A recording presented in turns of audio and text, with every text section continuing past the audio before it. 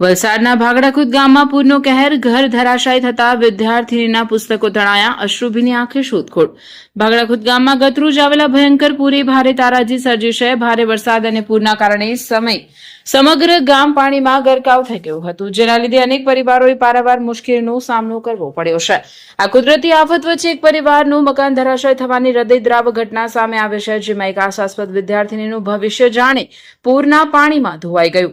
મળતી માહિતી અનુસાર ભાગડાખુદ ગામમાં પૂરના ધસમસતા પાણી ઘૂસી આવતા એક મકાન તૂટી પડ્યું હતું. જીવ બચાવવાની અફરાતફરીમાં પરિવાર ઘરનો સામાન બચાવી શક્યો ન હતો.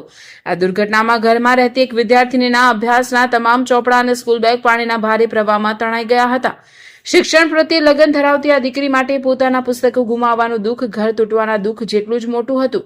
આજરોજ ગામમાંથી પૂરના પાણી ધીમે ધીમે ઓસરતા અસરગ્રસ્ત પરિવારોએ પોતાના તૂટેલા ઘરો તરફ પરત ફરીને સામાન્ય શોધખોળ શરૂ કરી હતી. ત્યારે પેલી વિદ્યાર્થીની પણ કાદવ કીચડ અને કાટમાળ વચ્ચે પોતાનું તથા પોતાના નાના ભાઈનું શાળાનું બેગ શોધવા પહોંચી હતી. ઘણી મહેનત બાદ તેને પોતાના નાના ભાઈનું બેગ તો મળી ગયું, પરંતુ તેનું પોતાનું બેગ અને પુસ્તકો ક્યાંય મળ્યા ન હતા.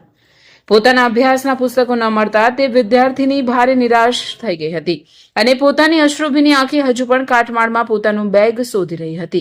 દીકરીના આંખમાં આંસુ અને ભણતર પ્રત્યેની તેની તડપ જોઈને આસપાસના લોકોના હૃદય પણ દ્રવી ઉઠ્યા હતા.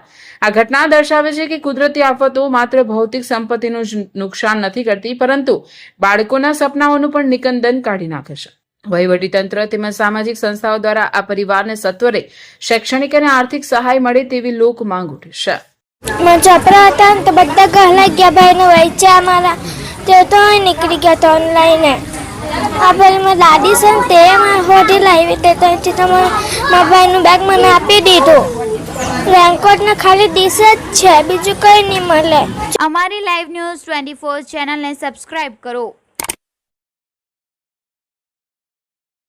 બેલ આઇકોન દબાવો જેથી આવનાર ન્યૂઝ અપડેટ્સની નોટિફિકેશન આપ સુધી સૌથી પહેલા પહોંચે.